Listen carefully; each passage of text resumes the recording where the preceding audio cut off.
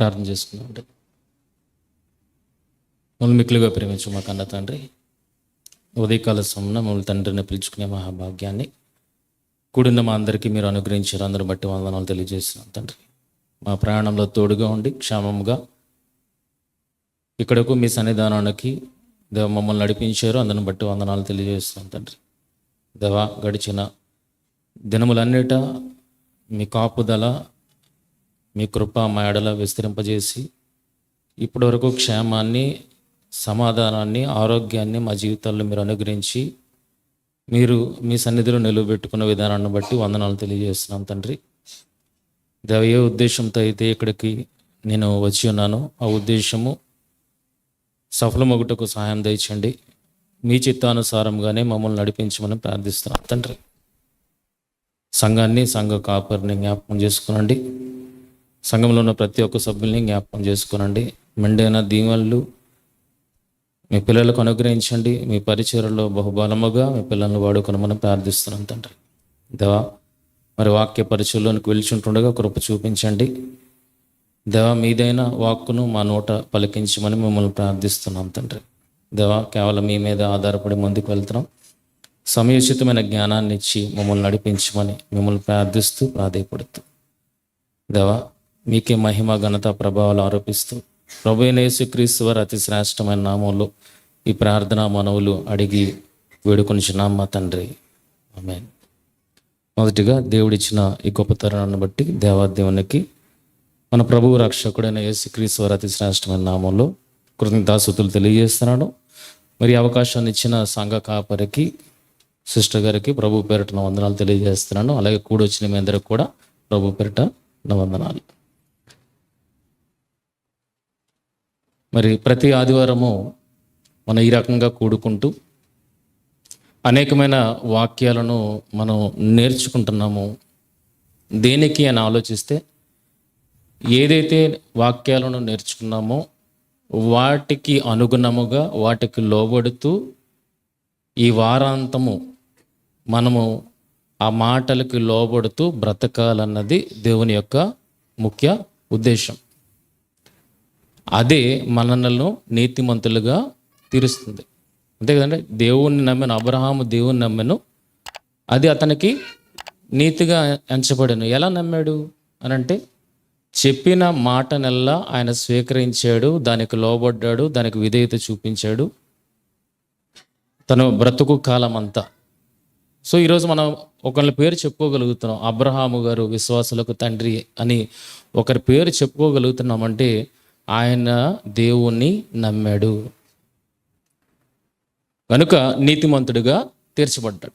అలాగే ప్రతి వారము మనం వాక్యాన్ని వినడానికి దేవుని సన్నిధానానికి మనం వస్తున్నాము అనంటే ఈ వాక్యాల ద్వారా ఎలా బ్రతకాలో నేర్చుకొని ఆ బ్రతుకును ఈ వారం మట్టుకు ఎక్కడ ఉంటాం? మళ్ళీ వారం మట్టుకు సమాజంలో ఉంటాం. ఈరోజే దేవుని సన్నిధిలో ఉంటాం, తర్వాత వారం మట్టుకు సమాజంలో ఉంటాం. సమాజములో ఈ వాక్యాలకు లోబడి మన బ్రతుకును కొనసాగించాలి. అప్పుడే మనము నీతిమంతులం. కానీ సమాజం అంతా ఎలా ఉంది? మన చుట్టూ ఉన్న సమాజం అంతా ఎలాగుంది? దేవునికి లోబడి నడిచే విధంగా ఉందా? దేవునికి లోబడక, దేవుని ఎరుగక పాపంలో ఉన్న సమాజంగా ఉందా? పాపంలో ఉన్న సమాజం. మరి అంతా పాపమే ఉన్నప్పుడు, అంతా పాపముతో నిండిన సమాజం ఉన్నప్పుడు నేనొక్కడిని నీతిగా బ్రతికితే ఏం ఉపయోగం? వస్తుంది కదండి ప్రశ్న. నా చుట్టూ అందరూ పాపములోనే ఉన్నారు, పాపముతోనే ఉన్నారు అన్నప్పుడు నేను ఒక్కడిని నీతిగా బ్రతికితే ఏం ప్రయోజనం? దానివల్ల ఏం ఉపయోగం? కనుక నేను ఒక్కడిని బ్రతకకపోయినా ప్రాబ్లం ఏం లేదు అని ఈరోజు సమాజం ఏ నడవడికనైతే కొనసాగిస్తుందో అదే నడవడికను క్రైస్తవులు కూడా నడుస్తూ ఉన్నట్టుగా మనకి కనబడుతుంది. ఎందుకు ఇలా వెళ్ళిపోతున్నారు అని అంటే దానివల్ల ఏం ప్రయోజనం? సమాజం అంతా ఒక మార్గంలో ఉంది, నేను ఒక మార్గంలో ఉండడం వల్ల దానివల్ల ఏంటి వస్తుంది అని అనేక మంది సమాజ పోకడ ఇక్కడ ఈ సన్నిధి విడిచిన తర్వాత మరలా సమాజంలోకి వెళ్ళిన తర్వాత ఎలాంటి బ్రతుకులు బ్రతుకుతున్నారు? సమాజం ఎలాంటి బ్రతుకుతుందో అలాంటి బ్రతుకులే బ్రతుకుతుంది. ఎందుకంటే నేను బ్రతకడం వల్ల ఏం ప్రయోజనం? కానీ ఆలోచిస్తే అటువంటి వారందరికీ ఒక్కటే సూటి ప్రశ్న ఏంటంటే, ఒకనాడు చెట్లు మీద అవగాహన లేని ప్రజానీకం ఉన్నప్పుడు ఆ చెట్ల మీద అవగాహన పెంచి ఇగో చెట్ల వల్ల ఇన్ని ప్రయోజనాలు ఉన్నాయని ఒక వ్యక్తి ఇనిషియేటివ్ తీసుకున్నాడు. అందరూ చెట్ల మీద అవగాహన లేదు కదా, వాటి వల్ల ప్రయోజనాలు తెలియవు కదా, నేను ఒక్కడిని తీసుకోవడం వల్ల ఉపయోగం ఏంటి అని అనుకున్నాడా? ఆలోచించండి. అందరూ అలాగే ఉన్నారు. చెట్లు నరికేసుకుంటున్నారు, చక్కగా వాళ్ళకి కావాల్సినవన్నీ చేసుకుంటున్నారు, అసలు చెట్ల మీద బొత్తిగా అవగాహన లేదు, దానివల్ల ప్రయోజనాలు ఏంటో తెలియవు అన్నప్పుడు అటువంటి సమాజంలో నేను తీసుకునే స్టెప్ వల్ల ఏం మార్పు వస్తుంది అని అనుకున్నాడా వ్యక్తి? లేదు. ఖచ్చితంగా ఏదో ఒక మార్పు అది తీసుకొని వస్తుంది అని అనుకున్నాడు. ఆ వ్యక్తి చెట్లను నాటించడం అనేది స్టార్ట్ చేశాడు. ఇప్పుడు మన చరిత్రలో చదువుకున్నాం కదా, చెట్లు నాటించిన వ్యక్తి పేరు చెప్పండి. ఎందుకు ఆయన పేరు చెప్తున్నారు? ఎవరికి లేదు? మిగిలిన వాళ్ళు ఎవరు లేరా? ఆయన పేరు ఎందుకు? చూసారా, ఒక్క వ్యక్తి తీసుకున్న స్టెప్ ఎంతటి ఇంపాక్ట్ని క్రియేట్ చేసిందో చరిత్రలో. ఆ రోజు అశోకుడు అనుకుని ఉంటే అందరిలాగా నేను ఉండాలి, ఏముంది నేను ఒక్కడినే పూనుకుంటే దీనివల్ల ఫలితం ఏముంది, అందరితోనే నేను మమేకం అయిపోదాం అని అనుకుంటే ఈరోజు అశోకుడి పేరు వచ్చేదా? కానీ ఈరోజు అశోకుడి పేరు చెప్పుకుంటున్నాం అని అంటే ఆయన అటువంటి సమాజంలో ఆయనగా తీసుకున్న ఇనిషియేటివ్ కదండి. అలాగే బానిసలుగా ఇండియన్స్ బ్రిటిషర్స్ దగ్గర బ్రతుకుతున్నప్పుడు అందరూ బానిసలే కదండి. అందులో గాంధీ గారు కూడా బానిస కదండి. అయితే అందరూ బానిస బ్రతుకులు బ్రతుకుతున్నారు, నేను ఒక్కడిని పోరాడడం వల్ల ఉపయోగం ఏమైనా ఉందా అని గాంధీ గారు అనుకుంటే ఈరోజు 78 ఏళ్ల స్వతంత్ర స్వేచ్ఛ వాయువులను మనం పీల్చుకోగలిగే అవకాశం ఉండేదా? ఆలోచించండి. ఈరోజు మనం ఇంత ఫ్రీగా ఉండగలుగుతున్నాం అంటే ఎవరి కారణం దానికి? అటువంటి సమాజంలో బానిసగా ఉండి కూడా ఇదిగో నేను ఈ దాస్యపు శృంఖలాలను తెంచుకోవాలి అని ఆయన చేసిన పోరాటం ఈరోజు అనేకులకు ఫలితాన్ని అందించిందా లేదా? అందించు కదండి. మరి మనం ఎందుకు అనుకుంటున్నాం నేను ఒక్కడిని పాపపు సమాజంలో, పాపంతో నిండి ఉన్న సమాజంలో నేనొక్కడిని నీతిగా బ్రతకడం వల్ల అది ఏం ప్రభావం చూపెడుతుంది, అది ఎవరికి ఉపయోగం అని మనం ఎందుకు పడిపోవాలి? మనం ఎందుకు డీలా పడాలి? ఖచ్చితంగా అది ప్రభావము చూపుతుంది. ఒక మనిషి చేసిన పాపము ఈరోజు ప్రభావం చూపట్లేదా? బైబిల్లో అంతటా మనం చూడగలిగితే ఆదాము చేసిన అతిక్రమమును బట్టి లోకంలోనికి ఏం ప్రవేశించింది? అందరూ దాన్ని ఫాలో అవ్వాలని ఆదాము చేశాడా, లేదా ఆదాముని చూసి అందరూ ఫాలో అయిపోతున్నారా? ఒక పాపానికి అంత ఇంపాక్ట్ ఉన్నదన్నప్పుడు నీతికి ఉండదా ఇంపాక్ట్? నీతి పాపం అనేది వాళ్ళు చేస్తారని చేయట్లేదు, వీళ్ళు చేసుకొని వెళ్ళిపోతున్నారు, వాళ్ళు చేసేస్తున్నారు. కానీ నీతి అనేది ఎలాంటిది అంటే మనం ఖచ్చితంగా వాళ్ళ కోసమే చేస్తున్నాం. వాళ్ళను ఉద్దేశించక చేస్తున్న దాంట్లోనే ఎంత ఇంపాక్ట్ ఉంటే ఉద్దేశించి చేస్తున్న దాంట్లో ఎంత ఇంపాక్ట్ ఉంటుందో ఆలోచించండి. అర్థమవుతుందా? గాంధీ గారు ఎంత ఇంపాక్ట్ క్రియేట్ చేశారు. మరి మనం కూడా ఉద్దేశించి చేస్తున్నాం ఏంటి? సమాజంలో మార్పును కోరుతూ అటువంటి సమాజంలో మనము దేవునికి లోబడి బ్రతుకుతున్నామంటే చాలా ఇంపాక్ట్ క్రియేట్ చేస్తామన్న విషయము మనకి అర్థం కావాలి. ఇంకా దానివల్ల ప్రయోజనాలను మీరు చూడగలిగితే ఇందాక మనం చదువుకున్న సామెతల గ్రంథము 20వ అధ్యాయము 7వ వచనం.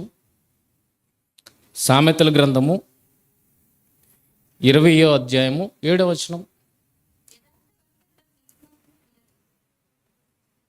క్లియర్గా చదవరా ఎవరన్నా?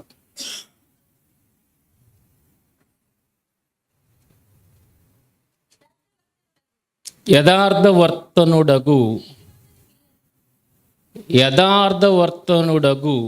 నీతిమంతుని పిల్లలు. నేను నీతిగా బ్రతకడం వల్ల ఏంటి ప్రయోజనం అని అనుకుంటున్నారు కదా. నేను నీతిగా బ్రతకడం వల్ల ఏం ప్రయోజనం, ఇటువంటి సమాజంలో నీతిగా బ్రతకడం వల్ల ఏం ప్రయోజనం అనుకుంటారు కదా.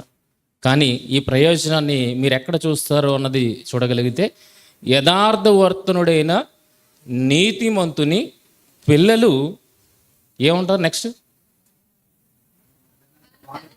వాని తదనంతరము ధన్యులగుదురు. గాంధీ గారు పోరాటం చేశారు. అయితే ఆ పోరాటానికి నాంది పలికరు నా టైంలోనే, నా లైఫ్ టైంలోనే స్వతంత్రం వచ్చేస్తుందని ఆయన కలగన్నాడా? పోరాటాన్ని అయితే ఆయన స్టార్ట్ చేశాడు. కానీ నేనే ఆ స్వతంత్రాన్ని తీసుకొని వస్తాను అని ఆయన కలగనలేదు. నా తర్వాత కొంతకాలానికైనా అది రావచ్చు, కానీ నేనే అందుకుంటాను అని ఆయన కలగని పోరాడలేదు. అది ఎంత వాస్తవమో ఇక్కడ కూడా యథార్థవర్తనుడైన నీతిమంతుడు పిల్లలు తన తదనంతరము, అంటే మనకు మేలు కలిగినా కలగకపోయినా మన తదనంతరం ఎవరికి మేలు కలుగుతుంది? ఖచ్చితంగా పిల్లలకి. మీ పిల్లలంటే మీకు ఇష్టం లేదా? ఆలోచించండి, ఇష్టమే కదా. మనం పిల్లల ప్రయోజనాన్ని ఉద్దేశించి ఎన్ని విషయాల్లో మనం ఆలోచించి స్టెప్స్ తీసుకుంటాం, అన్నీ వారికి ప్రయోజనకరం అవ్వాలని. మరి మన నీతి విషయంలో కూడా ఎవరు ప్రయోజనాన్ని పొందుకుంటున్నారు? మనం నీతిగా బ్రతకడం విషయంలో ఎవరు ప్రయోజనాన్ని పొందుకుంటున్నారు? పిల్లలు. మరి ఇది వద్దా? ఆలోచించండి. ఓ చెట్టు ఫలాల్ని అందుకోవాలి, నెక్స్ట్ తరం వారు చెట్టు ఫలాల్ని అందుకోవాలంటే మొదట చెట్టు వేయాలా, నీళ్లు పోయాలా, ఎరువు వేయాలా, అది ఒక ఏజ్ వచ్చేంత వరకు దాన్ని సంరక్షించాలా. ఇదంతా తీసుకుంటేనే నెక్స్ట్ ఎవరు దాని ఫలాలను మనం అనుభవించకపోయినా మన తర్వాత తరాల వారు అనుభవిస్తారు అన్నది దృష్టిలో పెట్టుకొని ఈరోజు మనం అనేకమైన కార్యాలు చేపడుతున్నప్పుడు నీతి విషయంలో కూడా మనం ఎందుకు వెనకడుగు వేయాలి? ఇన్ని విషయాల్లో ముందు చూపుతూ వెళ్తున్నాం కదా, మన పిల్లలకు ప్రయోజనం అవుతుందని. మరి నీతిగా బ్రతకడం విషయంలో ఎందుకు ఇది ఎవరికి ప్రయోజనము, నాకైనా ప్రయోజనమా, దీనివల్ల ఏంటి ఉపయోగం అని అనుకోవడంలో ఉద్దేశం ఏంటి? ఆలోచించండి. కనుక వెనకడుగు వేదు, ఇది కూడా ప్రయోజనకరము అన్న విషయాన్ని చెబుతున్నాడు. ఒక వ్యక్తి మనకి చరిత్రలో ఉన్నాడు ప్రియమైన వల్ల. ఆయన ఎంత ఇంపాక్ట్ చూపించాడు అనంటే, తర్వాత ఆయన బ్రతికిన బ్రతుకు అనేకులకు ఆశీర్వాదకరముగా మారింది. ప్రజెంట్లోనే మనకు కనబడుతుంది. ప్రజెంట్లో మనం తీసుకున్న నిర్ణయం యొక్క ఫలము మనకి కనబడకపోవచ్చు, కానీ ఖచ్చితంగా మాత్రము మన తదనంతరం దాని ఫలాలను మనము చూడగలుగుతాం. అలాంటి ఒక వ్యక్తిని మనం చూడగలిగితే ఆదికాండము 47వ అధ్యాయము, ఆదికాండము 47వ అధ్యాయము 9వ వచనము.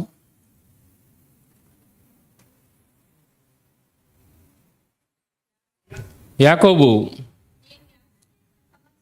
నేను యాత్ర చేసిన సంవత్సరములు 130, నేను జీవించిన సంవత్సరములు కొంచెముగాను దుఃఖ సహితమైనవిగాను ఉన్నవి.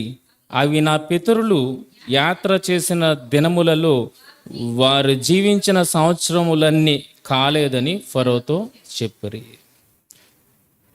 ఒక యాకోబు జీవితాన్ని మనం చూడగలిగితే, యాకోబు ఫరో ఎదుటకు 130 ఏండ్లకు వెళ్ళాడండి. ఆయన బ్రతికింది మొత్తం 147 ఏళ్ళు. 130 ఏండ్లప్పుడు వెళ్ళినప్పుడు ఫరోతో చెబుతున్నాడు ఏమనంటే, నువ్వు ఎంతకాలము నీ ఏజ్ ఎంత అని అడిగినప్పుడు నాది 130 సంవత్సరాలు. అయితే ఆయన జీవితంలో ఏం అనుభవించాడు అన్న విషయాన్ని చూడగలిగితే, నేను జీవించిన సంవత్సరములు కొంచెముగాను దుఃఖ సహితమైనవిగా ఉన్నవి. యాకోబు జీవితంలో ఏముందండి? యాకోబు జీవితంలో ఏముంది? నేను యాత్ర చేసిన సంవత్సరములు 130, నేను జీవించిన సంవత్సరములు కొంచెముగాను దుఃఖ సహితమైనవిగాను ఉన్నవి. కొంచెమే అని చెప్తున్నాడు, కానీ అవి ఎలాంటివి? దుఃఖ సహితమైనవి. ఈ లైఫ్ని ఎవరు చూస్ చేసుకున్నారు? యాకోబు తన యాత్ర చేసిన కాలములు 130 సంవత్సరాలు అని చెబుతూ అవి ఎలాగున్నాయంట, అవి కొంచెమేనంట. పితరులు జీవించిన కాలంతో పోలిస్తే చాలా కొంచెమే, కానీ అవి ఎలాగున్నాయి? దుఃఖ సహితమైనవిగా ఉన్నాయి. అలా దుఃఖ సహితమైనవిగా ఉండడానికి ఆ లైఫ్ని ఎవరు చూస్ చేసుకున్నారు? ఆ లైఫ్ని ఎవరు చూస్ చేసుకున్నారు? యాకోబు గారు చూస్ చేసుకున్నారు. మరి యాకోబు గారు చూస్ చేసుకున్నప్పుడు ఎందుకు చూస్ చేసుకున్నారు అని ఆలోచిస్తే, ఆయన ఇది చూస్ చేసుకోవడం వెనక చాలా ఆలోచన ఉంది. మనం ఈరోజు ఎలాగ ఆలోచిస్తామంటే ఇన్స్టెంట్గా మనం సుఖపడిపోవాలన్న ఆలోచన మనది. ఇన్స్టెంట్గా ఈ కాలంలోనే మనం సుఖపడిపోవాలి. కానీ ఆయన ఆలోచన ఏంటంటే, ఈరోజు నాకు కష్టం ఉన్నా నా తర్వాత తరం మాత్రము దీని యొక్క ఫలాలను అందుకోవాలి అని యాకోబు గారు దీనిని చూస్ చేసుకున్నారు. ఈ జీవితంలో యాకోబు గారు, ఈ దుఃఖ దినాలలో యాకోబు గారు ఎలా ఉన్నారన్న విషయాన్ని చూడగలిగితే, ఆయన జీవితము, ఆయన తీసుకున్న స్టెప్స్, ఆయన ప్రవర్తన ఎవరి మీద ఇంపాక్ట్ చూపించాయని చూడగలిగితే, ఇంపాక్ట్ చూపించాయి. అది ఎలా మారింది? అనేకులకు ఆశీర్వాదకరముగా పరిణమించింది. ప్రియమైన వారలారా, ఆయన జీవితంలో అవి దుఃఖాలుగానే కనబడుతున్నాయి, కానీ తర్వాత వచ్చిన వారి జీవితాలలో అది ఆనందాన్ని నింపినట్లుగా మనం చూడగలుగుతున్నాం. యాకోబు గారి జీవితాన్ని ఒక్కసారి మనం తరచి చూడగలిగితే, ఇది పాయింట్ దృష్టిలో పెట్టుకోండి. 47వ అధ్యాయం 9వ వచనంలో ఏమున్నది? దుఃఖ సహితమైనవి నా దినములనియు దుఃఖ సహితమైనవి అన్న విషయాన్ని మనం దృష్టిలో పెట్టుకొని యాకోబు గారి యొక్క జీవితాన్ని మనం చూడగలిగితే,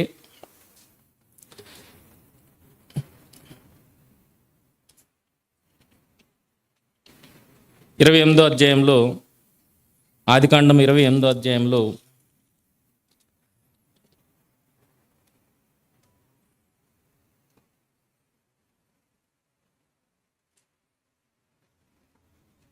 నాలుగో వచనం నుండి,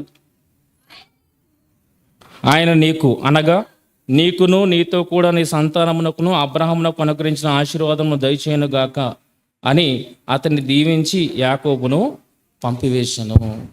యాకోబుని నిజముగా ఇస్సాకు దీవించే తండ్రి అయిన ఇస్సాకు దీవించాడు అన్నట్టుగా మనకి ఇక్కడ కనబడుతుంది. అయితే దీవించిన తర్వాత ఆయన ఎక్కడికి పంపించాడండి? ఎక్కడ పంపించాడు? సిరియా దేశానికి వివాహము నిమిత్తము పంపించి వేశాడు. ఇంకో ఈ కనాను స్త్రీల్లో ఎవరిని నువ్వు పెళ్లి చేసుకోవద్దు, నువ్వు పెళ్లి చేసుకోవాలనుకుంటే సిరియా దేశంలో మీ అమ్మ తాలూకా అన్న ఉన్నాడు, ఆయన కుమార్తెల్లో ఒకరిని నువ్వు పెళ్లి చేసుకో. అయితే ఈ ఆశీర్వాదాన్ని యాకోబు పొందుకోవడానికి ఏది వదిలిపెట్టాడు అన్న చూడగలిగితే, ఈయన తన ఇష్టానుసారముగానే ఆ జీవితాన్ని చూస్ చేసుకున్నట్టుగా మనకి కనబడుతుంది. ఏం వదిలిపెట్టాడండి? తండ్రి ఇంటిని వదిలిపెట్టాడు. తండ్రి ఇంటి దగ్గర ఏముంది? తండ్రి ఇంటి దగ్గర ఈయన ఎలా బ్రతికాడు? ఒకసారి ఆలోచించగలిగితే, అన్న వేటగాడిగా బ్రతికాడు, కానీ యాకోబు సాధువుగా గుడారాలలో బ్రతికాడు. తండ్రి ఎంత ఆస్తిపరుడు, అబ్రహాం ఎంత ఆస్తిపరుడు, ఆస్తి అంతా ఎవరికి ఇచ్చాడు? ఇస్సాకు ఇచ్చాడు. ఇస్సాకుని కూడా దేవుడు దీవించాడు, ఈయన కూడా ఆస్తిపరుడయ్యాడు. ఇప్పుడు ఇస్సాకుని చూడగలిగితే గొప్ప ఐశ్వర్యవంతుడు అని మనం చెప్పచ్చు. జంతు సంపద కానీ, వెండి బంగారాలు కానీ, పనివారు కానీ, దాసదాసీలు కానీ చక్కగా ఉన్నారు. అటువంటి స్థానము నుండి యాకోబు దాన్ని విడిచి వెళ్ళిపోతున్నాడంటే ఏది చూస్ చేసుకున్నాడు యాకోబు? ఇంటి దగ్గర ఉంటే ఎంత హ్యాపీగా ఉండొచ్చండి? యాకోబు తండ్రి ఇంటి దగ్గర ఉంటే ఏమైనా పోవద్దా? లోటు ఏమైనా ఉందా? ఎంతమంది పనివారు ఉన్నారు, ఎంత ఆస్తి ఉంది, ఎంతగా అనుభవించవచ్చు ఐశ్వర్యాన్ని. కానీ దీన్ని అంతటినీ కాదనుకున్నాడు. ఏది చూస్ చేసుకున్నాడు? దేవుని ఆశీర్వాదాలని ఆయన పొందుకోవడానికి ట్రై చేశాడు. ఇప్పుడు నా సంవత్సరములు కొన్నే అవి ఎలాగున్నాయి? దుఃఖ సహితముగా ఉన్నాయి. దుఃఖ సహితముగా ఎవరు చూస్ చేసుకోమన్నారు? ఎవరన్నా బలవంతంగా నెట్టారా? నెట్టలేదే. మరి ఎవరు చూస్ చేసుకున్నారు? యాకోబు స్వయాన తానే చూస్ చేసుకున్నది. అందుకే మొట్టమొదటి స్ట్రగుల్ ఎక్కడొచ్చిందంటే, తండ్రి ఇంటి నుండి పరాయి దేశానికి పరదేశిగా వెళ్ళవలసిన పరిస్థితి. దేన్ని వదిలిపెట్టి? తన సౌఖ్యాన్ని విడిచిపెట్టి ఒంటరిగా చేతికర్రతో పరాయి దేశానికి ఆయన పయనమేడు. అంటే దుఃఖ దినాలు ఎప్పుడు నుండి స్టార్ట్ అయ్యాయి? తండ్రి ఇంటిని విడిచిన దగ్గర నుండి స్టార్ట్ అయిపోయి పోనీ అక్కడతో ఆగేయ అంటే తర్వాత కూడా స్ట్రగుల్స్ అనేవి తగ్గలేదు. మనం చేస్తున్న పనులు మాటికి ఆటంకాలు వస్తున్నాయి అనుకోండి, ఏమనుకుంటాం? మనం ఒక నిర్ణయాన్ని తీసుకుని దానిలో మాటికి ఆటంకాలు వస్తున్నాయి అనుకోండి, ఏమనుకుంటాం? ఆలోచించండి. అయ్యో, మనం తీసుకున్న నిర్ణయం రైట్ కాదేమో, సరైనది కాదేమో అని మనం ఏం చేస్తాం? యూటర్న్ తీసుకోవడానికి ప్రయత్నం చేస్తాం. అదే కదండి. కానీ యాకోబు గారు తాను తీసుకున్న నిర్ణయము సరైనదే అని ఎన్ని ఆటంకాలు వచ్చినా నిలదొక్కున్నాడే కానీ యూటర్న్ మాత్రం ఆయన తీసుకోలేదు. ఆయన చేసుకున్న నిర్ణయంలో ఎన్ని కష్టాలు వచ్చినా వాటన్నింటినీ ఎలా ఎదుర్కొన్నాడు అని చూడగలిగితే రిఫరెన్స్ మర్చిపోదు. యథార్థవర్తనుడైన నీతిపరుడు తన పిల్లలు, నీతిమంతుడైన వారి పిల్లలు తదనంతరము దీవెన పొందుతారు, దీవించబడతారు అని ఏదైతే ఉందో యథార్థవంతుడైన నీతిపరుడు. ఇన్ని కష్టాలు వచ్చినప్పటికీ కూడా స్టెప్ బై స్టెప్ ప్రతి అడుగులో కూడా కష్టాలు, శోధనలు వచ్చినప్పుడు మనమైతే ఇది రాంగ్ స్టెప్ ఏమో అనుకుని వెనక్కి తిరిగే అవకాశం ఉందేమో, కానీ యాకోబు గారు ఆ స్టెప్స్ వచ్చినప్పుడల్లా దానిలో నిలదొక్కుని ఏది విడవలేదు అనంటే యథార్థతను విడవలేదు, న్యాయ ప్రవర్తనను విడవలేదు. ఏ మాటకైతే కట్టుబడ్డాడో ఆ మాటలోనే ముందుకు వెళ్ళిపోయినట్లుగా మనకి కనబడుతుంది. చూడగలిగితే ఆదికాండం 31వ అధ్యాయము, ఆదికాండం 31వ అధ్యాయము 5వ వచనం నుండి, మీ తండ్రి కటాక్షము నీ తండ్రి కటాక్షము నిన్న మొన్న నా మీద ఉండినట్లు ఇప్పుడు నా మీద ఉండలేదని నాకు కనబడుచున్నది. అయితే నా తండ్రి యొక్క దేవుడు నాకు తోడై ఉన్నాడు. మీ తండ్రికి నా యావశక్తితో కొలువు చేసి మీకు తెలిసే ఉన్నది. మీ తండ్రి నన్ను మోసపుచ్చి 10 మార్లు నా జీతము మార్చెను. అయినను దేవుడు అతని నాకు హాని చేయనీయలేదు. అంటే అవకాశం ఉంటే లాభాన్ని ఏం చేసేవాడండి యాకోబు? ఖచ్చితంగా హాని తలపెట్టేవాడే. ఇక్కడ యాకోబుకి పలుమార్లు ఏమో ఎదురవుతుందంటే శోధనలు ఎదురవుతుంది. తన పనిలో ఏమో ఎదురవుతుంది? శోధన ఎదురవుతుంది. ఎవరి వల్ల? వాళ్ళ మామ వల్లే. ఏం చేశాడు? 10 మార్లు నా జీతమును మార్చివేశాడు, మోసపుచ్చాడు. 10 మార్లు నా జీతాన్ని మార్చివేశాడు. అంటే 10 మార్లు మోసపుచ్చాడంటే మనం 5 మార్లు మోసపుచ్చిన తర్వాత 6వసారి ఏం చేస్తామండి? ఆయన్ని మోసం చేయడానికి ప్రయత్నం చేస్తాం. అంతేకండి. 5 సార్లు నన్ను మోసపుచ్చిన తర్వాత ఇంకా మళ్ళీ ఆ మోసం పుచ్చే అవకాశం మనకి ఇవ్వము. మనమే వారిని మోసపుచ్చడానికి ప్రయత్నం చేస్తాం. కానీ యాకోబు ఎంత అమాయకుడు అని చూడగలిగితే 10 మార్లు వాళ్ళ మామ మోసం చేసినప్పటికీ కూడా ఈయన ఆ మామని మోసం చేయాలన్న ఆలోచన ఆయనకి లేదు. తర్వాత దేవుడు కూడా చూస్తున్నాడు. ఏమని చూస్తున్నాడు చూడగలిగితే 7వ వచనం, మీ తండ్రి నన్ను మోసపుచ్చి 10 మార్లు నా జీతం మార్చి ఆయనను దేవుడు నాకు హాని చేయనీయలేదు. దేవుడు కలుగు చేసుకోకపోతే, ఈ 10 మార్లు మోసపుచ్చినా కూడా దేవుడు కలుగు చేసుకోకపోతే నీ తండ్రి నాకు హాని చేసేవాడేమో. కానీ ప్రతి అడుగులో కూడా నాకెవరు తోడున్నారు? దేవుడు తోడున్నాడు అన్న విషయాన్ని ఆయన చెబుతున్నాడు. అంటే దేవుడు తోడు ఉన్నాడు అన్నప్పుడు మీ యథార్థతను ఏమైనా మార్చుకోవాల్సిన అవసరం ఏమైనా ఉందా? దేవుడు మీతోడే ఉన్నాడు అన్నప్పుడు మీరు ఎటువంటి చేంజెస్ మీరు చేసుకోవాల్సిన అవసరత లేదు. కనుక యాకోబు గారు చూడగలిగితే యాకోబు గారు 31వ అధ్యాయంలోనే మొత్తం కనబడుతుంది. 31వ అధ్యాయము 38వ వచనము, ముప్పై ఈ 20 ఏండ్లు ఈ 20 ఏండ్లు నేను నీ యొద్ద నుంటిని, నేను నీ యొద్ద నుంటిని, నీ గొర్రెలైనను నీ గొర్రెలైనను మేకలైనను మేకలైనను ఈచుకుని పోలేదు. ఈడ్చుకొని పోలేదు. నీ మంద పొట్టేళ్లను నీ మంద పొట్టేళ్లను నేను తినలేదు. నేను తినలేదు. దుష్ట మృగముల చేత దుష్ట మృగముల చేత చీల్చబడిన దానిని చీల్చబడిన దానిని నీ యొద్దకు తేక నీ యొద్దకు తేక ఆ నష్టము నేనే పెట్టుకుంటే. ఆ నష్టము నేనే పెట్టుకుంటుని. పగటి యందు దొంగిలింపబడిన దాని పగటి యందు దొంగిలింపబడిన దానినేమి, రాత్రి యందు దొంగిలింపబడిన దానినేమి నా యొద్ద పుచ్చుకొంటివి. నేను ఇలాగుంటిని. 10 మార్లు నన్ను మోసం పుచ్చి నా జీతాన్ని మార్చినా గాని నీ ఎదుట నేను ఎలా ఉన్నాను? నీ ఎదుట నేను ఎలా ఉన్నాను? యథార్థపరుడుగానే ఉన్నాను. నా దగ్గర దొంగలాడింది నువ్వే తీసుకున్నావు, నేను గొడవ పట్టలేదు. పగటి ఎందేమే కానీ రాత్రి ఎందేమే కానీ నా దగ్గర దొంగలాడింది నువ్వు తీసేసుకున్నావు. తర్వాత మృగముల చేత చీల్చబడినది దానిని నీ వద్దకు తేక ఆ నష్టమును నేనే పెట్టుకుంటే. ఎవరైనా ఏం చేస్తారండి? మృగములు చీల్చిన దాన్ని, ఇది మృగం చీల్చేసిన దాన్ని తీసుకెళ్ళి సాక్ష్యం ప్రూవ్ చేస్తే అయిపోద్ది. కానీ మామ ఎలాంటి వాడు, ఎంత ముష్కరుడు అన్నది యాకోబుకి అర్థమై ఏం చేసేవాడు?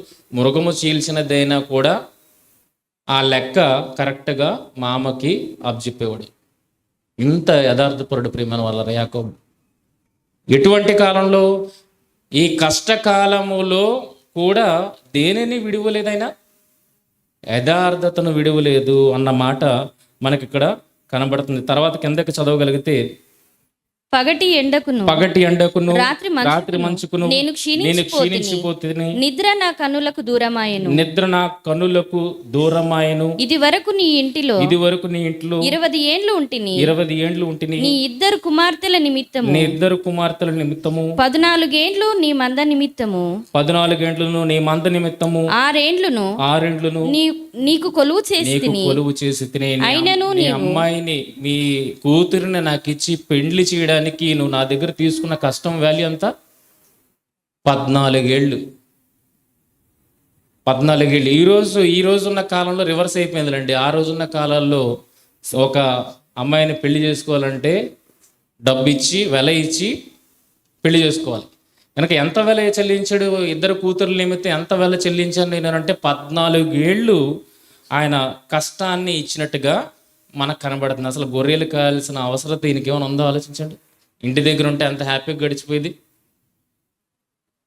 ఎంత చక్కగా వెళ్ళిపోయేది, సునాయాసంగా వెళ్ళిపోయేది కదా. కానీ చేసుకున్న దాన్ని బట్టి ఎంత శ్రమ వచ్చినా దాని కొరకు ఆయన నించున్నట్టుగా కనబడుతుంది. మామ దగ్గర ఇక్కడ మోసపోవాల్సిన అవసరం ఏముందండి? మామ నా దగ్గర ఉండి లాక్కుంటాడేమో అని భయపడి ఆయన దగ్గర బ్రతకాల్సిన అవసరం ఏముందండి? ఎంత కష్టపడాల్సిన అవసరం ఉంది భార్య కొరకు? కనాన దేశంలో ఉంటే ఎవరైనా పెళ్లి చేసుకోవచ్చు కదా. ఐశ్వర్యవంతుడు కుమారుడు అంటే ఎవరెవరు పిల్లల్ని ఎవరైనా ఇస్తారు కదా.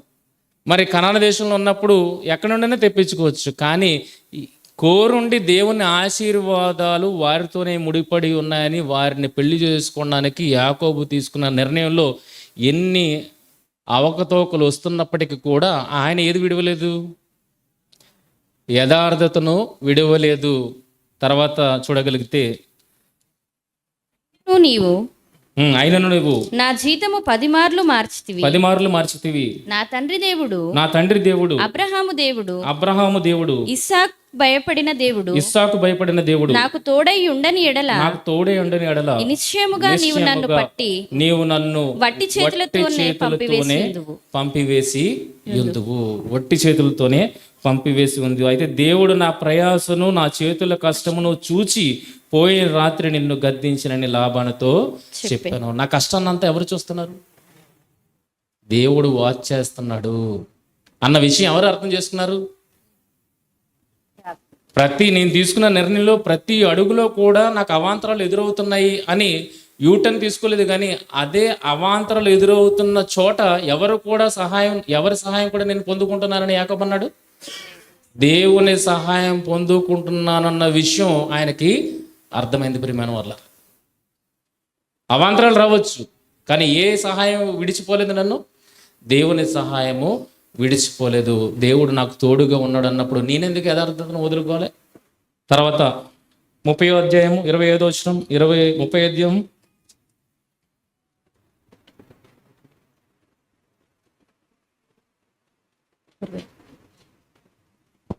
33వ వచనము. ఇక మీదట నాకు రావలసిన ఇక మీదట నాకు రావలసిన జీతమును గూర్చి నీవు చూడవచ్చినప్పుడు నా న్యాయ ప్రవర్తనయే నాకు సాక్ష్యమగును. ఏది వదిలిపెట్టలేదండి? యథార్థతను విడిచిపెట్టలేదు, న్యాయ ప్రవర్తనను విడిచిపెట్టలేదు. ఇన్ని శ్రమలు వస్తున్నప్పటికీ కూడా దేవుణ్ణి విడిచిపెట్టలేదు.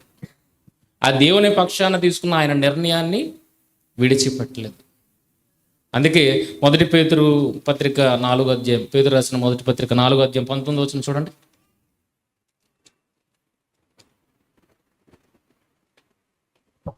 కాబట్టి దేవుని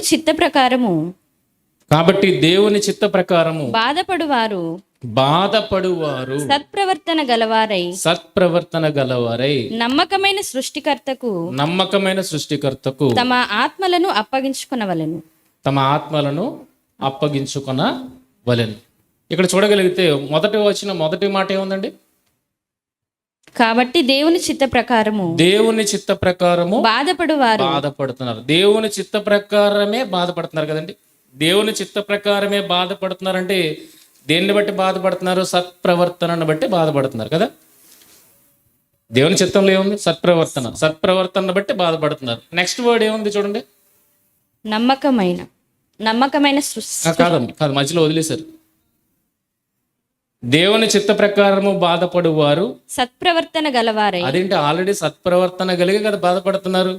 మరలా సత్ప్రవర్తన గలవారని ఎందుకు అంటున్నాడు?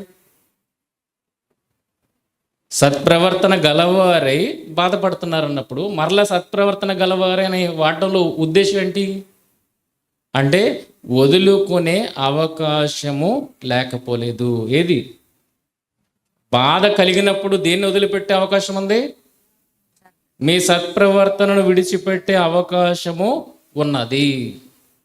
గనక ఎంతకాలం మీరు దేవుని చిత్త ప్రకారం బాధపడుతున్నారు కదా, ఇక ముందుకు కూడా అదే సత్ప్రవర్తనని మీరు కొనసాగించి నమ్మకమైన సృష్టికర్తకు మీ ఆత్మను అప్పగించుకోండి. అంటే జీవిత కాలంలో ఏది వదులుకోకూడదు? ఏది వదులుకోకూడదు? సత్ప్రవర్తనని వదులుకోకూడదు. ఇది మనకి బోధిస్తున్నాడు. నిజంగా మనకి గనక ఇటువంటి శోధనలు మాటిమాటికి ఎదురవుతున్నాయి అనుకోండి, మనం ఫస్ట్ యూటర్న్ తీసుకుంటాం. రెండోది ఈ శోధనల నుండి తప్పించుకోవడానికి మనం ఒక రాంగ్ స్టెప్ ఖచ్చితంగా వేస్తాం. ఏంటది? సత్ప్రవర్తనని విడిచిపెట్టి లోకపు తీరుని అక్కడ అనుసరిస్తాం.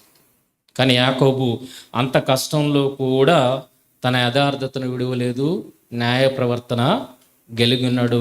తాను తీసుకున్న నిర్ణయం రైటేనని చెప్పి అందులో దేవుడు కూడా తోడుగా ఉన్నాడని చెప్పి ముందుకి వెళ్తున్నాడు. ప్రియమైన వాళ్ళారా, ముందుకి వెళ్తున్నాడు. అలాగే లాభాన్తో చేసుకున్న ఒప్పందంలో చూడగలిగితే 49-50 వచనాలు, 31వ అధ్యాయము 49-50 వచనాలు. అంతట లాబాను, నీవు నా కుమార్తెలను బాధ పెట్టినను నా కుమార్తెలను గాక ఇతర స్త్రీలను పెండ్లి చేసుకునేనను చూడుము, మన యొద్ద ఎవరునూ లేరు కదా, నాకును నీకును దేవుడే సాక్షి అని చెప్పి. మన మధ్య ఎవరు లేరు అనుకుంటున్నావా? మన మధ్య ఎవరున్నారు? దేవుడు ఉన్నాడు. దేవుడే సాక్షి. నువ్వు ఎవరిని పెళ్లి చేసుకోకూడదు, నా కూతురుని తెస్తే. తర్వాత నా కూతుర్ని బాధించకూడదు, బాధ పెట్టకూడదు అని ఎవరు ఎదుట సాక్ష్యం పెట్టుకున్నారండి? దేవుని ఎదుట. ఇక్కడ సాక్ష్యం పెట్టిన తర్వాత యాకోబు మళ్ళీ ఎవరైనా పెళ్లి చేసుకున్నాడా? ఎవరినైనా ఇబ్బంది పెట్టినట్టుగా మనం చూసామా? లేదు కదా. అంటే మాటకి ఎంతగా కట్టుబడేవాడు యాకోబు అన్న విషయం ఇక్కడ కూడా మనకి అర్థం అవుతుంది. యాకోబు ఎన్ని కష్టాలు వచ్చినా, ఎన్ని శ్రమలు వచ్చినా, ఎన్ని ఇబ్బందులు వచ్చినా తాను తీసుకున్న నిర్ణయం నుండి తొలగలేదు. అన్ని వేళలా నాకు నా తండ్రి దేవుడు తోడుగా ఉన్నాడని నమ్మి తన జీవితంలో ఎక్కడి వరకు వెళ్ళాడు? ఇప్పుడు 130 ఏండ్లప్పుడు చెబుతున్న మాట. అది దినములు కొంచెమే, కానీ అవి దుఃఖ సహితముగా ఉండను. ఎందుకు ఈ దుఃఖాన్ని తీసుకున్నాడు? మనమేం ఆలోచిస్తాం? మన లైఫ్ ఈజీగా లీడ్ చేయాలి, సుఖంగా ఉండాలి అని మనం ఆలోచిస్తాం. కానీ యాకోబు అంత కష్టాన్ని ఎందుకు తీసుకున్నాడు అన్న విషయాన్ని చూడగలిగితే దేని నిమిత్తం తీసుకున్నాడు అని అంటే, ఫస్ట్ తండ్రి ఆస్తిని వదిలిపెట్టాడు, అలవాటు లేని పనిని చేపట్టాడు, ముసలుడైన మామ దగ్గర పనివాడిగా ఉన్నాడు. 20 ఏళ్ళు స్ట్రగుల్ పడ్డాడు.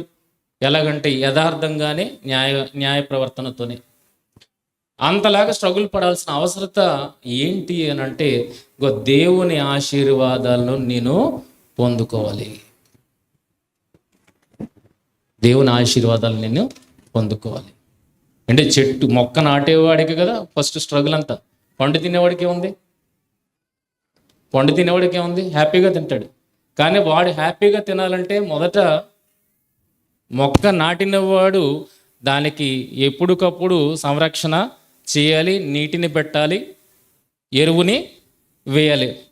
ఒక నాటికి అది వేళ్ళుని లోపలికి వెళ్ళిపోయిన తర్వాత మళ్ళీ దానికి నీళ్ళు వేయాల్సిన అవసరం మనకి లేదు. కానీ ఆ స్థితి వరకు మనం ఏం చేయాలి? ఆ కష్టాన్ని తీసుకోవాలి వద్దా? ఇప్పుడు యాకోబు తీసుకున్నది అదే కష్టం ప్రియమైన వాళ్ళారా. యాకోబు ఏం తీసుకున్నాడు? నేను అవసరమైతే వేరులాగా లోపలికి వెళ్ళి కనబడకుండా పోతాను, కానీ బయటకు వచ్చే చెట్టు మాత్రము అందంగా ఫలాలతో నిండిందిగా కనబడాలి. వేరు కనబడుతుందా? కానీ ఎంత డీప్గా వెళ్తుంది? ఎన్ని రాళ్లను, రప్పలను, మట్టి పెళ్ళలను తప్పించుకుని వెళ్తుంది లోపలికి డీప్గా. బయట చెట్టు ఎదుగుతుంది, అది ఓకే, దానికి అంత కష్టం ఉండదు, కానీ అది అందరి చేత గుర్తింపబడుతుంది. కానీ గుర్తింపు లేనిది వేరు కనబడదు, దాని స్ట్రగుల్ ఏంటో కనబడదు. కానీ అది స్ట్రగుల్ తీసుకోకబట్టే, అది లోపలికంటా చొచ్చుకోబట్టే బయట చెట్టు అనేది అందంగా కనబడుతుంది. గనక యాకోబు, నేను అది వేరే ఉంటాను, ఆ చెట్టుకి వేరే ఉంటాను, బయటకి కనబడాల్సిన అవసరం అది కాదు, కానీ నేను లోపలే ఉండి బయట ఫలభరితంగా చెట్టుని చూడడానికి నేను ఇష్టపడుతున్నానని యాకోబు తనకు తానుగా చేసుకున్న నిర్ణయం. మరి ఇది ఇంపాక్ట్ క్రియేట్ చేసిందా లేదా? ఆయన జీవితంలో తీసుకున్న ఈ దుఃఖం అనేది, దేవుని కొరకు తీసుకునే నిర్ణయం అనేది, నీతిగా నేను బ్రతుకుతాను అన్న ఆ నిర్ణయం, ఆయన తీసుకున్న నిర్ణయం, అది తర్వాత తరాలలో ఇంపాక్ట్ క్రియేట్ చేసిందా లేదా అన్నది మనం ఆలోచించాలి ప్రియమైన వాళ్ళారా. ఇందాక ఎక్కడ స్టార్ట్ చేసాం మనం? అక్కడే కదా స్టార్ట్ చేసాం. నేను ఒక్కడిని స్టెప్ తీసుకోవడం వల్ల అది ఏమన్నా ప్రభావం చూపెడుతుందా? నేను ఒక్కడిని కదా, సమాజం అంతా ఒక పక్క ఉంది, నేను ఒక్కడిని ఒక పక్క ఉన్నాను, నేను తీసుకున్న మార్పు ఏదైనా ఇంపాక్ట్ చూపెడుతుందా? నేను ఒక్కడిని తీసుకోవడం వల్ల ఇంపాక్ట్ అవుతుందా అని అంటే అవ్వదనే సమాజం అనుకుంటుంది. కానీ అదే సమాజం ముందు ఇటువంటి వ్యక్తుల యొక్క జీవితాలు మనకి ఎగ్జాంపుల్స్గా కనబడుతున్నాయి. ఇదిగో సమాజం ఎలాగైతే పోనీ, నేను మాత్రము ఎగ్జాంపుల్గా ఉండాలి. నేను తీసుకుంటున్నాను, ఖచ్చితంగా అది ప్రభావాన్ని చూపెడుతుంది. పాపం విషయమే చేస్తున్నాడు, అది ప్రభావం చూపెట్టాలన్న ఉద్దేశంతో పాపం చేయట్లేదు, కానీ పాపం ఏం చేస్తుంది ఆటోమేటిక్గా? ఈరోజు ఇంటర్నెట్ని అనేక మంది ఆస్ట్రేలియాలో కానీ మిగిలిన దేశాల్లో కానీ పిల్లలకి 18 ఏళ్ళు దిగువ ఉన్న వాళ్ళకి ఇంటర్నెట్ని అందుబాటులో రానివ్వట్లేదు. ఎందుకు అందుబాటులో రానివ్వట్లేదు? ఆల్రెడీ అందులో పాపం ఉన్నది. ఆ పాపం ఈడు చూడాలని కానీ ఈడు ప్రేరేపితుడు అవ్వాలని కానీ చేయట్లేదు, అది ఆల్రెడీ అందులో అప్లోడ్ చేశారు. ఇప్పుడు దాన్ని చూసి ప్రేరేపితులు అవుతున్నారా లేదా? పిల్లలు పాడవుతున్నారా లేదా? కనుక వీళ్ళు చూడాలని చెప్పి వాడు చేయకపోయినా అది ప్రభావాన్ని చూపుతున్నప్పుడు, ఈరోజు మన నీతి బ్రతుకు అనేది ఎదుటివాడు చూడాలని చెప్పి మనం బ్రతుకుతున్నాం అన్నప్పుడు ఇది ఎంత ఇంపాక్టింగ్ క్రియేట్ చేయాలి? అంతేనా? వాడు చూడాలని అనుకోవట్లేదు, కానీ అది ఇంపాక్ట్ క్రియేట్ చేస్తుంది. మీరు నా నీతి బ్రతుకు సమాజానికి చూపించాలనుకుంటున్నప్పుడు ఇది ఎందుకు ఇంపాక్ట్ క్రియేట్ చేయదు? ఖచ్చితంగా బలమైన ఇంపాక్ట్ని ఇది క్రియేట్ చేస్తుంది. అలాగే యాకోబు జీవితంలో ఎవ్వరికి కనబడకుండా అజ్ఞాతంగా జరిగిపోయిందని మనం అనుకుంటాం, కానీ ఆయన ఖచ్చితంగా ఆయన తీసుకున్న ఆ స్టెప్పు తర్వాత తరాలలో ఇంపాక్ట్ క్రియేట్ చేసింది. చూడగలిగితే కీర్తనల గ్రంథము 105వ కీర్తన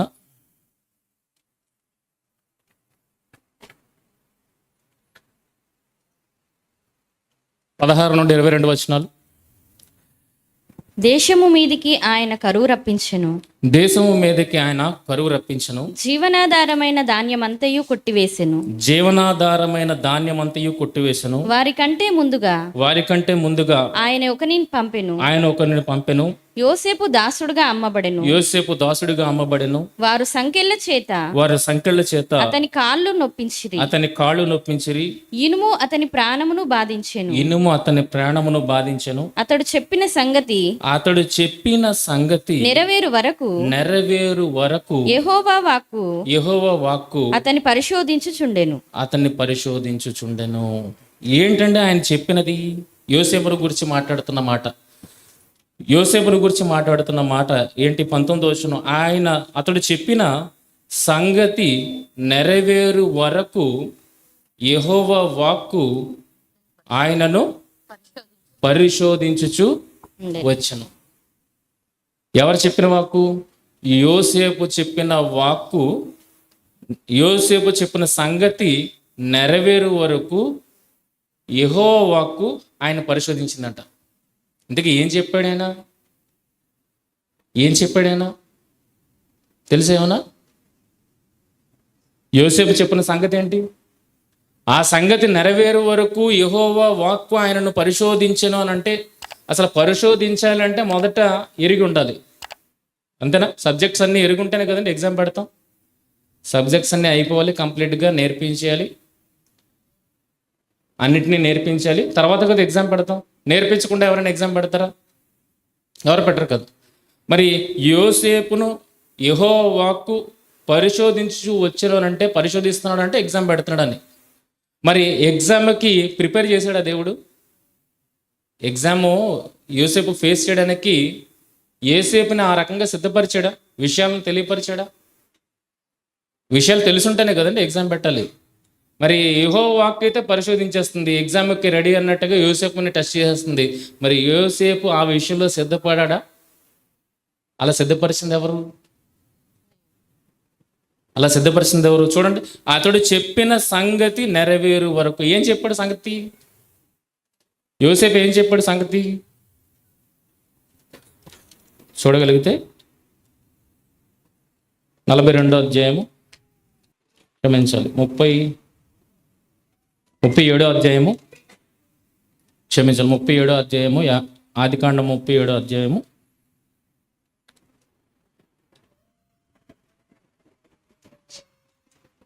12వ వచనం నుండి. అతని సహోదరులు షెకెములో తమ తండ్రి మందను మేపుటకు వెళ్ళిరి. దానికన్నా ముందు 37వ అధ్యాయం 1వ వచనం నుండి. యాకోబు తన తండ్రి పరవాసిగా పరదేశవాసిగా ఉండిన కానాను దేశంలో నివసించెను. యాకోబు వంశావళి ఇది. యోసేపు 17 ఏండ్ల వాడే తన సహోదరులతో కూడా మందను మేపుచుండెను. ఎలా మేపుచుండేవాడండి యోసేపు మందని? సహోదరులతో కూడా అంటే ఎప్పుడు విడిగా లేరు, కలిసే మందను మేపేవారు. ఇప్పుడు చూడండి 12వ వచనానికి రండి. 12వ వచనానికి, అతని సహోదరులు షెకెములో తన తండ్రి మందను మేపుటకు వెళ్ళిరి. అప్పుడు ఇశ్రాయేలు యోసేపును చూచి, నీ సహోదరులు షెకెములో మంద మేపుచున్నారు, నిన్ను వారి యొద్దకు పంపెదను రమ్మన్నప్పుడు అతడు మంచిదని అతనితో చెప్పాను. 2వ వచనానికి 12వ వచనానికి తేడాను గమనించారా? గుర్తించారా? అన్నదమ్ములు అందరూ కలిసి గొర్రెలు మేపేవారు, తండ్రి గొర్రెలు మేపేవారు. కానీ ఇక్కడ ఏమైంది? సహోదరులు షెకెములో తమ తండ్రి మందను మేపుటకు వెళ్ళిరి. అంటే ఎవరిని విడిచిపెట్టి వెళ్ళారు? యోసేపును విడిచిపెట్టి వెళ్ళారు. ఎందుకు విడిచిపెట్టి వెళ్ళారు? మొదట కలిసే వెళ్ళేవారు కదా, ఇప్పుడు ఎందుకు విడిచిపెట్టి వెళ్ళారు? అంటే ఇక్కడ ఏదో జరిగింది. ఏం జరిగింది? పై సందర్భంలో ఆయన 2 కలలు కంటాడు.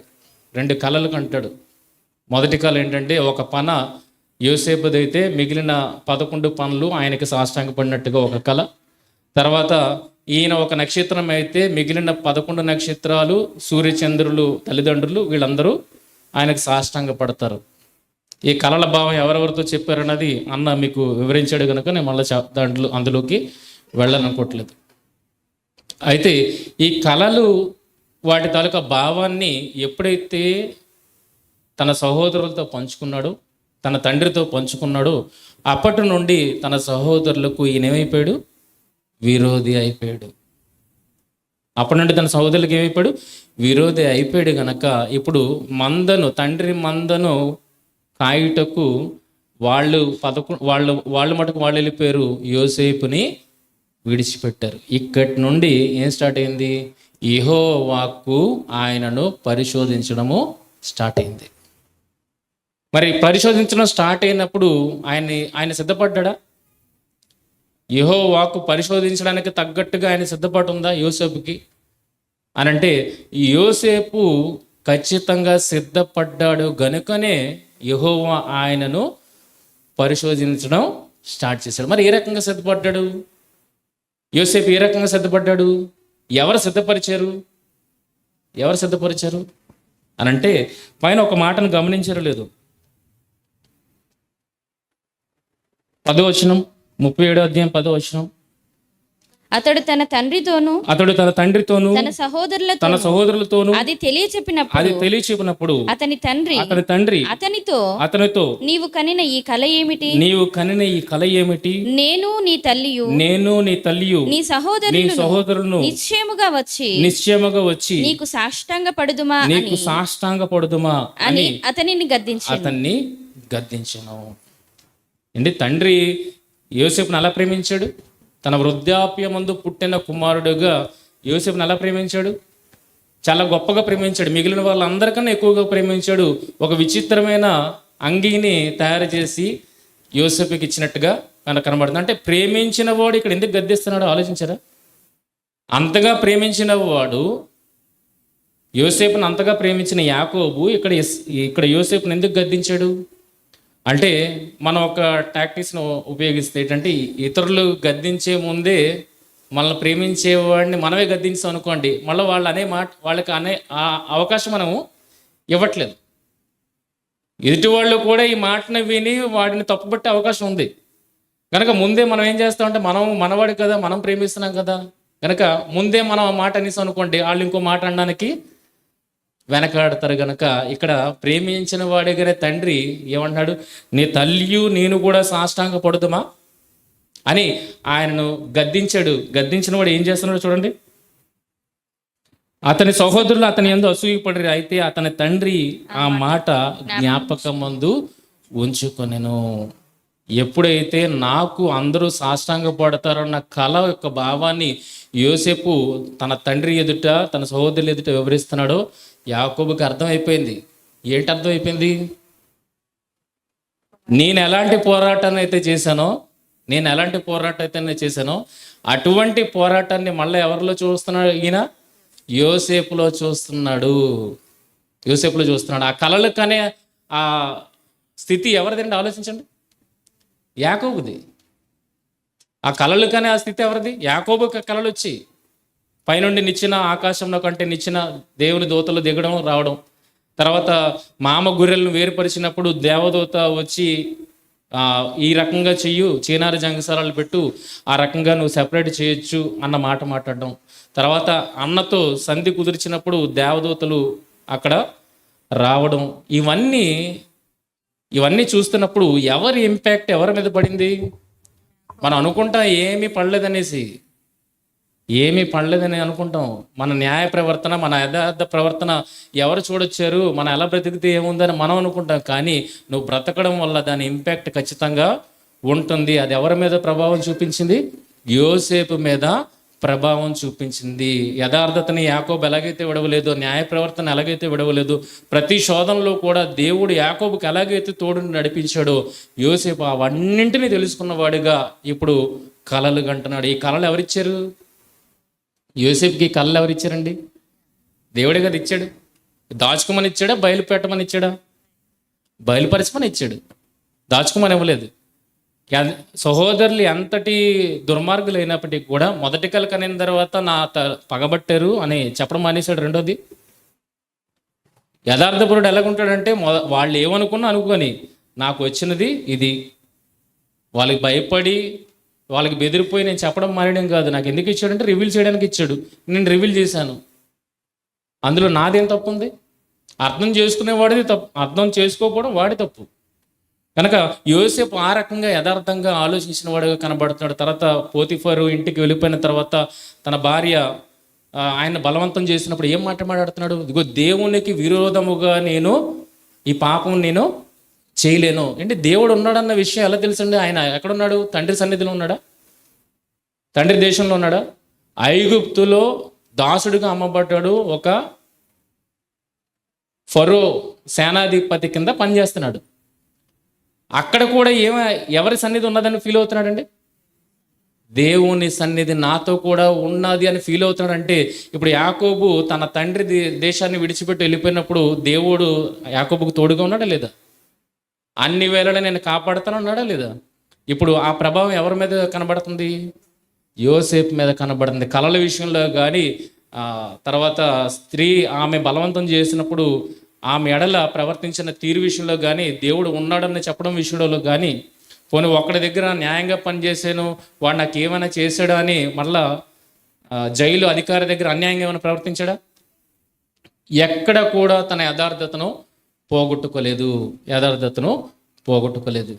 అంత గొప్పగా యోసేపు బ్రతకడానికి ఎవరు కారణమయ్యారు? యాకోబు జీవితం ప్రేమల వల్ల. యాకోబు జీవితం. మనం అనుకుంటాం మన జీవితం ఎవరు ప్రభావితం చేస్తుంది, అది కనబడదు. ఆ ప్రభావితం చేసేది మనకి కనబడదు, కానీ ఖచ్చితంగా అది ప్రభావం చేస్తుంది, ఇంపాక్ట్కి గురి చేస్తుంది.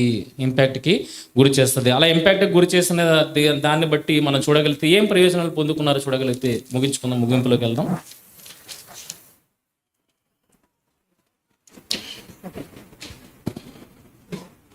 ఆదికాండము 45వ అధ్యాయము 42వ అధ్యాయం 42వ అధ్యాయం 9వ వచనం. యోసేపు వారిని గూర్చి తాను కనిన కలలను జ్ఞాపకం చేసుకొని మీరు వేగుల వారు. ఎప్పుడు జ్ఞాపకం చేసుకున్నాడు? కళ వచ్చినప్పటికీ ఇది నెరవేర్పు కాలం ఆయనకు తెలియకపోవచ్చు. కళ భావం తెలుసు, కానీ దాని నెరవేర్పు కాలము తెలియకపోవచ్చు. అప్పటి వరకు దేవుడు ఆయనను పరిశోధిస్తూనే వచ్చాడు. పరిశోధనలో ఆయన ఎలా తేలాడు? యథార్థవంతుడిగా, నీతిపరుడుగా ఆయన తేలాడు. అప్పుడు వాళ్ళ సహోదరులు ఆయన దగ్గరికి రాగానే యోసేపు ఏమంటాడంటే వారిని గురించి తాను కనిన కళను జ్ఞాపకము చేసుకుని, ఇది నేను కల యొక్క టైమింగ్, నేను కన్నాను కదా, దాని నెరవేర్పు ఇగో ఈ కాలం అన్నమాట అని యోసేపు జ్ఞాపకం చేసుకున్నాడు. తర్వాత చూడగలిగితే 45వ అధ్యాయము 5-8 వచనాలు. 45వ అధ్యాయం 5-8 వచనాలు. అయినను నేను ఇక్కడికి వచ్చినట్లు మీరు నన్ను అమ్మివేసినందుకు దుఃఖపడకుడి. అది మీకు సంతాపము పుట్టింపనీయకుడి. ప్రాణరక్షణ కొరకు దేవుడు మీకు ముందుగా నన్ను పంపించెను. మిమ్మల్ని ఆశ్చర్యముగా రక్షించి దేశంలో మిమ్మల్ని శాశ్వతంగా నిలుపుటకును ప్రాణముతో కాపాడుటకును దేవుడు మీకు ముందుగా నన్ను పంపించెను. కాబట్టి దేవుడే గాని మీరు నన్ను ఇక్కడికి పంపలేదు. ఈ స్థితికి వచ్చేంత వరకు యోసేపు దేవుని చేత శోధింపబడ్డాడు. యాక్సెప్ట్ చేశాడు. యోసేపు అన్నింటినీ యాక్సెప్ట్ చేశాడు. తండ్రి ఇంటి దగ్గర ఎలా బ్రతికేవాడండి? అల్లారు ముద్దుగా పెరిగాడా లేదా? కానీ ఒక్కసారిగా సంకెళ్లతో చేతుల్ని కాళ్ళలో బిగించి దాసుడిగా అమ్మబడ్డాడు. ఇంట్లో ముద్దులకు పిల్లడిగా పెరిగిన వాడు ఫరో అధికారి దాసుడిగా పనిచేశాడు. ఎటువంటి నేరం లేకుండానే ఎవరి దగ్గర? ఐగుప్తులో జైలులో కొన్నాళ్ళు బందీగా ఉన్నాడు.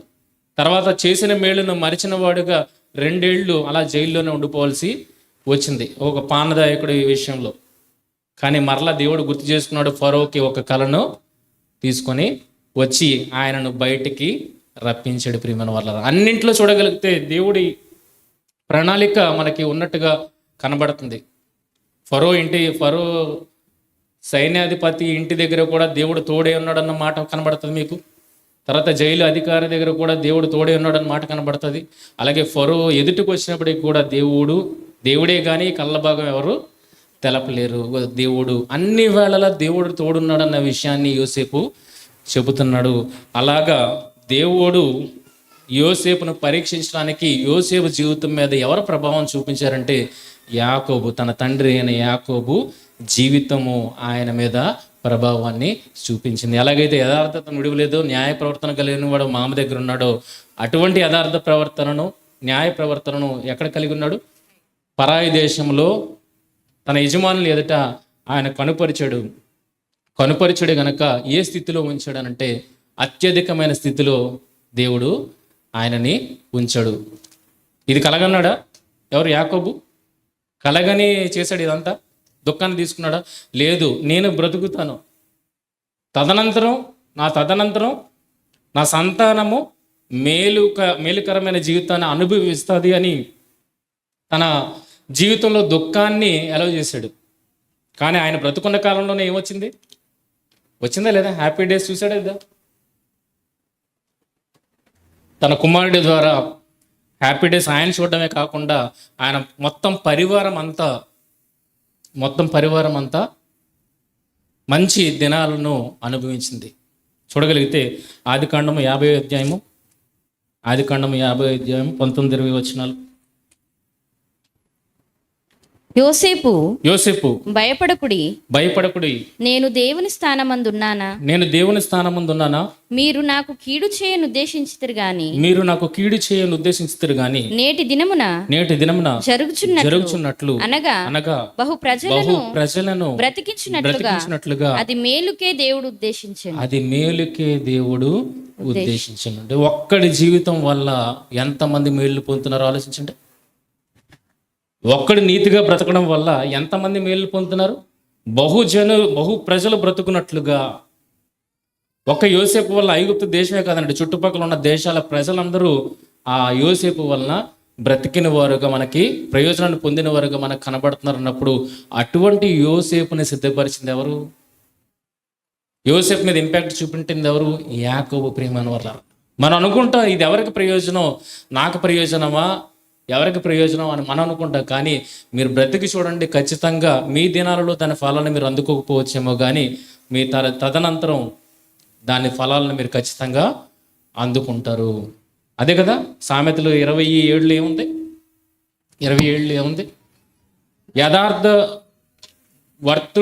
యథార్థవర్తనుడకు నీతిమంతుని పిల్లలు వాని తదనంతరము ధన్యులు అవుతుంది. తదనంతరం అన్నాడు, ఉంటుండగా అనలేదు. నాకు యాకోబు నేను బ్రతుకు కాలంలో చూస్తానని అనుకోలేదు, కానీ దేవుడు ఆయన కళ్ళ ముందే ఆ బ్రతుకు యొక్క పర్యవసానాన్ని అక్కడ చూపించినట్టుగా మనకు కనబడుతుంది. యోసేపుని ప్రభావితుని చేశాడు. ఆ యోసేపు ద్వారా బహుజనులు ఆశీర్వదించబడేటట్లుగా ఆయన దేవుడు యోసేపుని నియమించాడు. కనుక ఒక్కసారి ఇదే సందర్భాన్ని యేసుక్రీస్తు వారి విషయంలో చూడగలిగితే చుట్టూ ఉన్న సమాజం అంతా లోకపాపములను మోసుకుని పోవు దేవుని గొర్రెపిల్ల కదండి యేసుక్రీస్తు. కనుక చుట్టూ పాపులుగా ఉన్నారన్నప్పుడు నేను ఒక్కడిని ఏం మారుస్తానని యేసుక్రీస్తు వారు అనుకున్నారా? నేను ఒక్కడిని ఏం మార్చగలుగుతానని యేసుక్రీస్తు వారు అనుకున్నారా? లేదు. నేను నీతిగా బ్రతకడం వల్ల అనేకులు ఈ రక్షణలోనికి నడిపింపబడతారని యేసుక్రీస్తు వారు అనుకున్నాడు గనుకనే ఆయన శిలువ మరణం ద్వారా ఎంతమందిని ఆకర్షించాడండి? ఒక్కడు నీతిమంతుడు, కానీ ఎంతమందిని ఆకర్షించి ఎంతమందిని నీతిమంతులుగా తీర్చడానికి ఆయన ఈరోజు ఇంపాక్ట్ క్రియేట్ చేశాడంటే తన తర్వాత వచ్చిన తరాలలో ప్రతి తరంలో కూడా ఆయనలాగా బ్రతికే నీతిమంతులు ఉండేటట్లుగా ఆయన ప్రభావాన్ని చూపించాడు. ప్రియమైన వాళ్ళరా, ఖచ్చితంగా ఇంపాక్ట్ ఉంటుంది. మీరు ప్రవర్తించి చూడండి. మీ బ్రతుకులో అది దుఃఖకరం కావచ్చు, యాకోబులాగా మీ జీవితంలో అది దుఃఖకాలం కావచ్చు. కానీ మీకు దుఃఖకాలం అయినంత మాత్రాన మీ తర్వాత అది దుఃఖకాలంగా ఉంటుందని అనుకోకూడదు. ఎలా ఉంటుంది? ప్రయోజనకరముగా ఉంటుంది. గనక మన పిల్లల ప్రయోజనం కొరకు మనం ఎన్ని ఆలోచిస్తామండి, ఎన్ని కష్టాలు తీసుకుంటాం. ఎన్ని కష్టాలు తీసుకుంటాం? అన్ని ఆనందంతోనే స్వీకరిస్తాం కదా. మరి అలా ఆనందంతో స్వీకరించినప్పుడు నీతిమంతుడి ఫలము నీ బిడ్డలకు అందుతుంది అన్నప్పుడు దాని విషయంలో ఎందుకు వెనకడుగు వేయడం? ఖచ్చితంగా మీ పిల్లలు దేవుని ద్వారా దీవెనలు అందుకోవాలంటే, మంచి ప్రయోజనాలు పొందుకోవాలంటే ఈరోజు దేవునిలో మీరు దుఃఖ దినాలు అనుభవించాల్సిందే. అంతేనా? చూడండి, ఏ విషయంలో అనుభవించట్లేదు మన దుఃఖం? అన్ని విషయాల్లో అనుభవిస్తున్నాం కదా. పిల్లలకి హ్యాపీగా ఉంచడానికి మనకు లేకపోయినా ఎలాగ ఉంచుతాం? మనం ఆకలితో ఉంటాం, కానీ వాళ్ళకి ఆహారం పెడతాం. మనకు బట్టలు ఉన్నా లేకపోయినా మనం ఆలోచించాం, వాళ్ళకి మాత్రం బట్టలు ఉండాలని చూస్తాం. మనకు మంచి చదువు లేకపోయినా పర్లేదు, వాళ్ళకి మంచి చదువులు ఉండాలని చూస్తాం. ఎన్ని విషయాల్లో ప్రయోజనాలు చూడడానికి ప్రయత్నం చేస్తున్నాం. ఎలాగొస్తుందో ప్రయోజనం? మనం కష్టపడడం బట్టి వారికి ప్రయోజనాలు చేకూరుతున్నాయి అన్నప్పుడు నీతి విషయంలో కూడా అంతే ప్రియమైన వాళ్ళ. నీతి విషయంలో కూడా ఏం చేయాలి? మనం కష్టపడాలి. ఇప్పుడు దానివల్ల ప్రయోజనం ఏంటా అన్న ఆలోచన వెళ్ళిపోద్దు. మీరు ముందు కష్టపడండి, ఆటోమేటిక్గా దాని ప్రయోజనాలు మన తర్వాత తరం వారు అందుకుంటారు. వాక్యాన్ని నమ్ముతున్నాం కదా, వాక్యమే సెలవిస్తున్న మాట ఇది. తదనంతరం ధన్యులగుదురు. యేసుక్రీస్తు వారి శిలువ మరణం ఆ రోజు వ్యర్థంగానే కనబడింది, కానీ ఈరోజు వ్యర్థమా? లేదు, ప్రభావితం చేస్తుంది అనేకుల్ని. కనుక మీ యాక్షన్ మీరు చేసుకొని వెళ్ళిపోండి. దాని తాలూకా ఫలము దేవుడు చూసుకుంటాడు. ఏ టైంలో ఎక్కడ దాని ఫలాన్ని ఇవ్వాలో అక్కడ దాని ఫలాన్ని ఖచ్చితంగా దేవుడు ఇస్తాడు. అంటే బహుజనుల ప్రయోజనం కొరకు, మేలు కొరకు యోసేపుని దేవుడు ముందుగా పంపించాడు అని అంటే ఎప్పటి ఆలోచన, ఎప్పటి కృషి, ఎప్పటి ఫలితం? మధ్యలో ఎన్ని ఏళ్ళు గడిచిపోయి? 130 ఏళ్ళు గడిచిపోయి ప్రియమైన వాళ్ళారా, 130 ఏళ్ళు. కనుక ఇమ్మీడియట్గా ఫలాలనే చూడాలన్న ఆలోచన మనకొద్దు. మనం బ్రతుకుదాం, ఫలాలు మన జీవితంలో రాకపోయినా మన తర్వాత వారి జీవితాల్లో అయినా ఆ ఫలాలను చూద్దాం. కనుక ఆ రకంగా మనం అందరము యాకోబు ఎలాగైతే యోసేపును మోటివేట్ చేయగలిగాడు, ప్రభావితం చూపించగలిగాడు, అనేకులకు ప్రయోజనకరంగా మలచగలిగాడు, అలాగే మనము మన పిల్లలను ఆ రకంగా సమాజంలో ఎవరినో మనం ఇంపాక్ట్ చేయకపోవచ్చు, కానీ మన కుటుంబంలో మన పిల్లల్ని ఖచ్చితంగా మనం ప్రభావితులను చేయగలుగుతాం. తద్వారా ఈ లోకానికి మేలుకరంగా మన సంతానాన్ని మలచగలుగుతాం. ఓకేనా? ప్రార్థన చేసుకుందాం. మనం మిక్కిలిగా ప్రేమించి మా కన్న తండ్రి, గొప్ప విషయాలను తండ్రి వాక్యమునందు మీరు పొందుపరుచున్నారు తండ్రి. ప్రతి ఒక్క మాట తలంచుతూ ఉన్నప్పుడు ఎంతో ఆనందాన్ని, ఎంతో ప్రోత్సాహాన్ని మాకు ఇస్తూ మమ్మల్ని ముందుకు నడిపిస్తున్నాయి తండ్రి.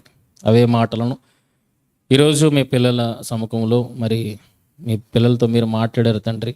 దేవా, అటువంటి ప్రోత్సాహమే వారు పొంది దేవా, ఎంత నష్టం వచ్చినా నీతిని, యథార్థతను, న్యాయమైన ప్రవర్తన, పరిశుద్ధతను విడిచిపెట్టకుండా ఆ దుఃఖాన్ని మేము సహిస్తూ దేవ మా తర్వాత రాబోయే వారికి దేవ ఆనందాన్ని నింపగలిగే స్థితిని క్రీస్తు వలె మాకు కూడా అనుగ్రహించమని మిమ్మల్ని ప్రార్థిస్తున్నాం తండ్రి. అందునిమిత్తమే కదా తండ్రి మమ్మల్ని ఈ భూమి మీద ఉంచి ఉన్నారు. దేవ, మీ ఉద్దేశము మా జీవితాలలో సఫలమగుటకు సహాయం దయచేయండి. దేవ, ఎన్ని శోధనలు వచ్చినా అడుగడుగునా మీరు మా వెన్నంటి ఉండి మమ్మల్ని చూస్తూ మమ్మల్ని నడిపిస్తూ ఉన్నారన్న విషయాన్ని మరవకుండా, మేము ఒక తప్పుడు నిర్ణయాన్ని తీసుకునకుండా దేవ మీరున్నారన్న ఆలోచనతోనే ముందుకు వెళ్ళగలిగే భాగ్యాన్ని మా అందరికీ అనుగ్రహించమని మిమ్మల్ని ప్రార్థిస్తూ, అనేకులకు మా జీవితాలు ఆశీర్వాదకరంగా ఉండుటకు సహాయం దయచేయమని మిమ్మల్ని ప్రార్థిస్తూ ప్రాధేయపడుతూ, సంఘాన్ని, సంఘ కాపరిని, సంఘ పరిచారకులను అందరినీ దీవించి ఆశీర్వదించండి. అలాగే ఈ ఉదయకాల సమయంలో ఆరాధనలు జరుగుతున్న ప్రతి ఒక్క ప్రాంతంలో తండ్రి మీ సన్నిధి తోడుగా ఉంచండి. మీదైన వాక్కులను మీ పిల్లల హృదయాల్లో నింపండి. ఈ వారాంతం వరకు తండ్రి ఈ మాటలు చెప్పున మేము నడుచుకోగలిగే ధన్య జీవితాలను మాకు అనుగ్రహించి మిమ్మల్ని ప్రార్థిస్తూ ప్రాధేయపడుతూ, దేవా మేమున్నా లేకున్నా మీ నీతి చిరస్థాయిగా నిలిచిపోయేటట్లుగా మీ కార్యాలను జరిగించమని కోరుతూ, మహిమ, ఘనత, ప్రభావాలు మీకే ఆరోపిస్తూ ప్రభువైన యేసుక్రీస్తు వారి అతి శ్రేష్టమైన నామంలో ఈ ప్రార్థన మనవులు అడిగి వేడుకొనిచున్నాం మా తండ్రి. ఆమేన్. అందరికీ వందనాలు.